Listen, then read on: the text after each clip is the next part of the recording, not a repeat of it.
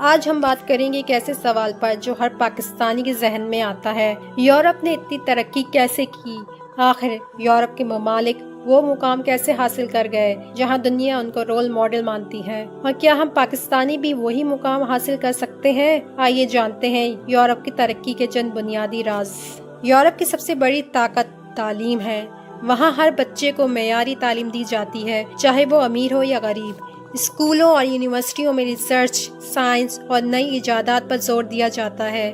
یہی وجہ ہے کہ دنیا کی سب سے بڑی ایجادیں، چاہے وہ انٹرنیٹ ہو، کمپیوٹر ہو یا میڈیکل میں نئی دریافتیں، زیادہ تر یورپ ہی سے نکلیں۔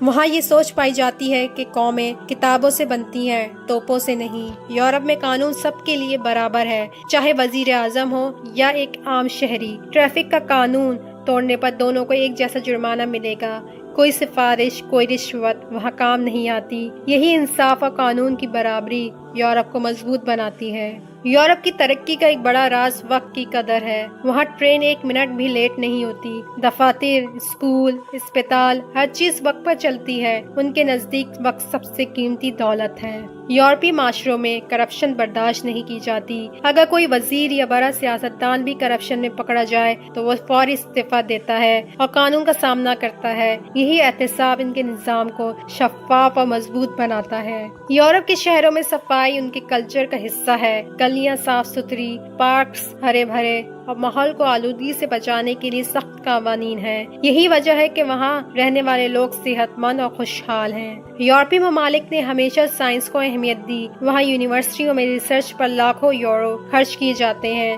ان کے سائنسدان نئی مشینیں، دوائیں اور ٹیکنالوجی ایجاد کرتے ہیں جن سے ان کی معیشت اور بھی مضبوط ہوتی ہے۔ یورپ میں ہر محنت کرنے والے کو عزت دی جاتی ہے، چاہے وہ مزدور ہو، سویپر ہو یا انجینئر۔ وہاں کسی کو اس کی نوکری کی بنیاد پر نیچا نہیں دکھایا جاتا۔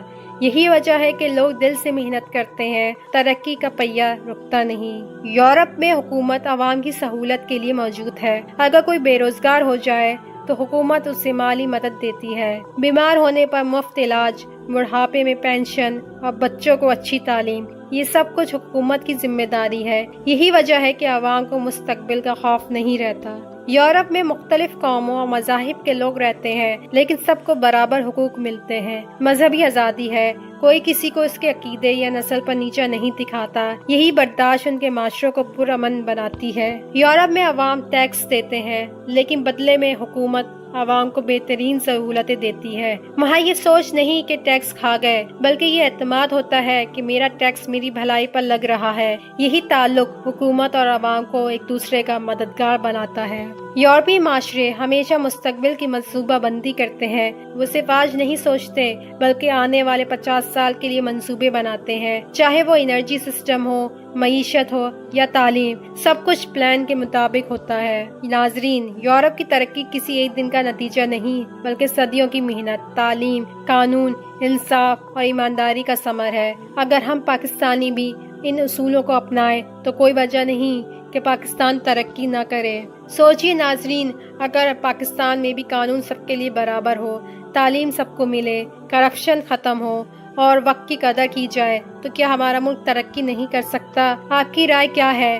کیا پاکستان یورپ جیسی ترقی کر سکتا ہے؟ اپنی رائے کمنٹس میں ضرور دیں، اور اگر یہ ویڈیو پسند آئی ہو تو چینل کو سبسکرائب کرنا نہ بھولیں۔ شکریہ۔